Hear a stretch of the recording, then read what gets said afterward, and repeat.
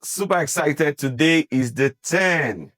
And I want to talk to you about the role of trip templates, OPs, and standard timelines in scaling your operations. So if every trip is created from scratch, you don't have a trip template, your operation will be stuck in survival mode. So you need to have trip templates, SOPs, and standard timelines. Now, in scaling your telematics operations, you need standardization.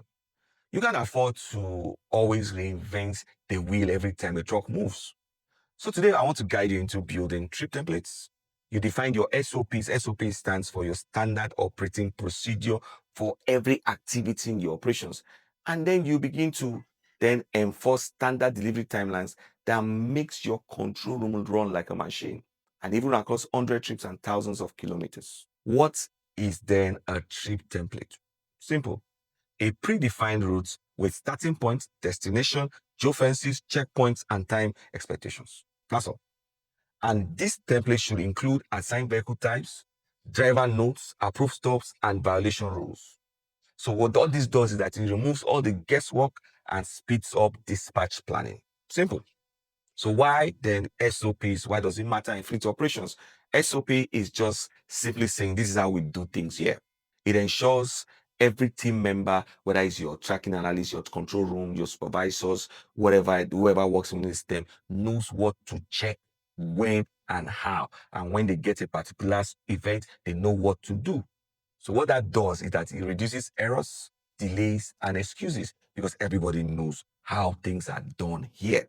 But let me give you one so that you avoid this mistake. What are the key elements of an effective SOP, standard operating procedure? One, trip start procedure. Before a trip starts, you want to do device check, you want to confirm the routes, and you want to check escalation paths. Simple, right? And then you want to do monitoring steps. If you're going to monitor what you do, you want to check your ETAs, you want to check diversion, you want to check field tracking. And for you to close a trip, you want to have a procedure around closing a trip. Is there delivery confirmation? Are there delay submissions and escalations? And then you want to also have escalation protocols. When escalations issues happen, who do you call? Within how many minutes should they respond? What are the procedures to escalate issues? And then we'll go to the third part, which is important, talking about standard timelines. Why is this important? Because it defines how long each route typically should take. So if you're going to Abuja, you should have a standard timelines for delivery in Abuja. If you're going to any local government around Nigeria, you should have standard timelines. And then what you need to understand is also to use that data from past trips to calculate realistic expectations. So if truck A does this number of hours to this location, you want to track that and cascade down your routes.